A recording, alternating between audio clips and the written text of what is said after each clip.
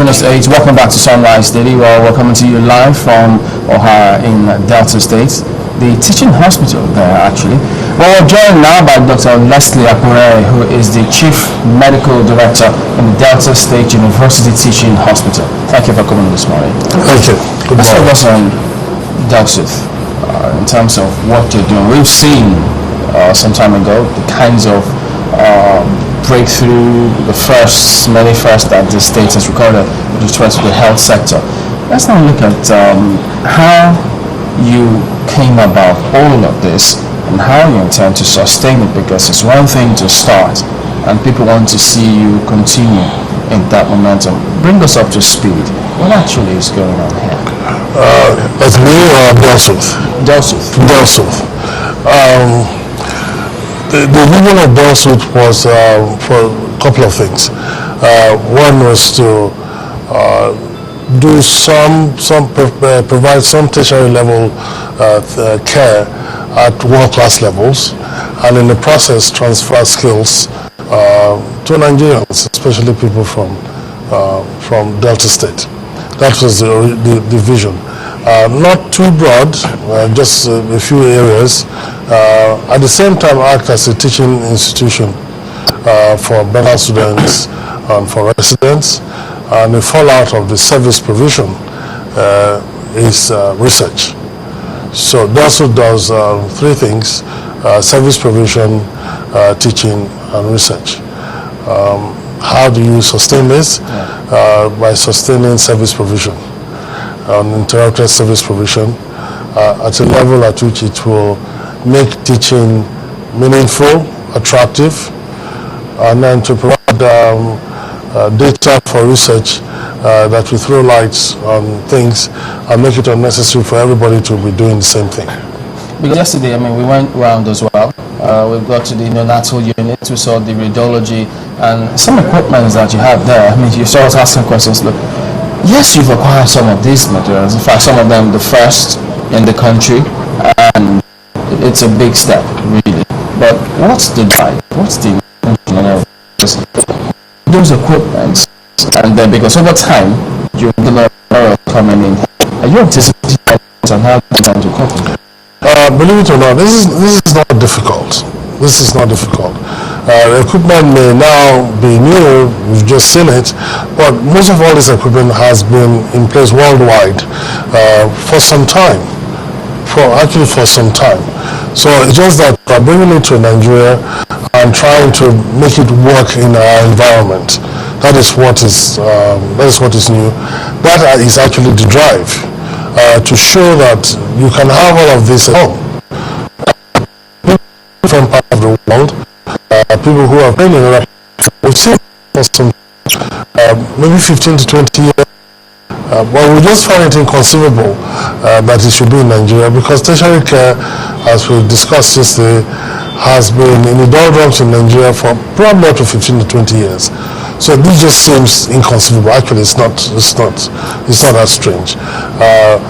What is the drive? We are ambitious. I'm ambitious. I've had reasonable exposure, and I believe that the purpose of training is for you to take it to where you've come from and make it happen there.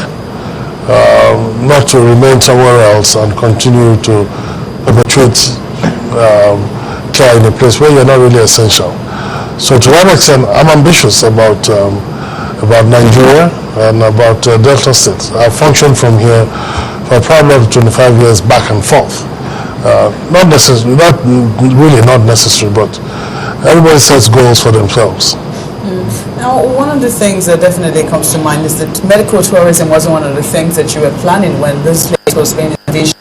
Am I correct? Well, that was a collateral ambition. That's a collateral ambition.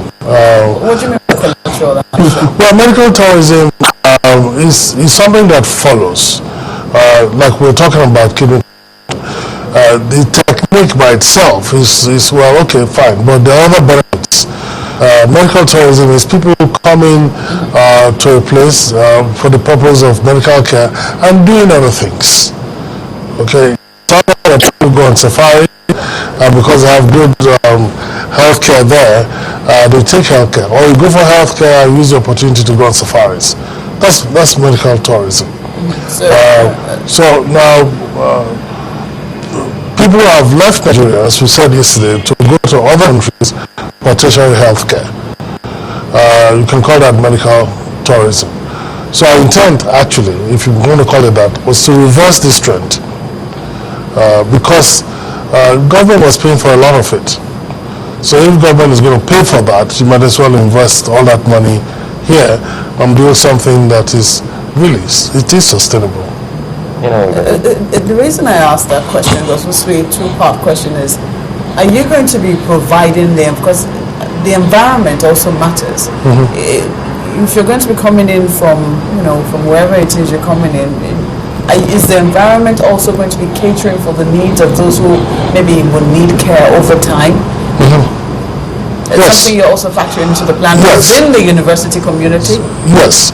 Let's take the way that we're going. I told you that we do service provision, teaching, and research. So you start with the core issue. Right. The response to your question is, yes, you provide the facilities to deliver the primary goal, that is healthcare. Okay, and then the environment, of course, will be conducive.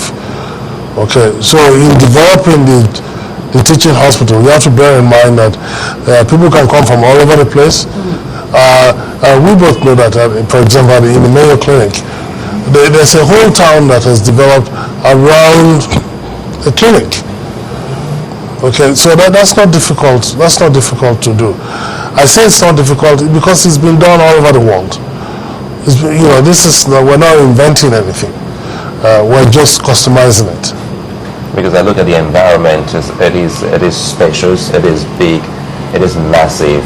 It's not a cramped up place. But let's talk about some of these equipment and machines we saw in your hospital yesterday, and I'll also try to tie that to affordability of the patients, because I saw a lot of tiny babies being plugged onto some machines and giving life to them, helping them to breathe, and some of those machines we actually, according to the lady we saw yesterday, we had the first in the country and some on the continent. So how best can people, especially from this serene, beautiful town of Okara, afford some of these, just in case you have any of them needing attention in the hospital?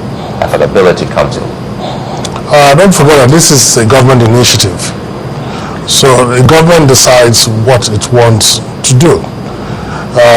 So you provide equipment, you maintain equipment, you provide infrastructure to support the equipment, and then you encourage expertise to come, you pay for the expertise. That takes care of a lot of things. Now, nothing that is valuable should be free, but should be affordable. In a public institution, the demand is considerable. So you have volume to make up for high cost. And don't forget, the purpose of this is not profit. It's just sustainability. So if you put all this in place, and then you can make it run.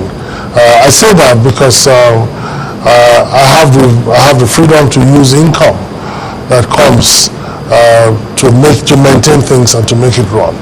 So if my income doesn't have to go into infrastructure, for example, which should be there for 25 years. If you build this place, it should be good for 25 years, 50 years. So maintenance should not be difficult. Situate this for us. If I talk about DELSUTH, what should they be known for? For a few things. As you know, we just did the first two in a series of kidney transplants. What should be known for is tertiary health care at world-class levels. I say that without trying to be too specific to specialties, because as I said yesterday, picking anything, cardiac care, kidney care, arthroplasties, neonatology, just helps you to define the level of care that you can expect to get in hospital. So a hospital that can do kidney transplant successfully, if you were to have appendix removed, I'm fairly confident that there will be no issues.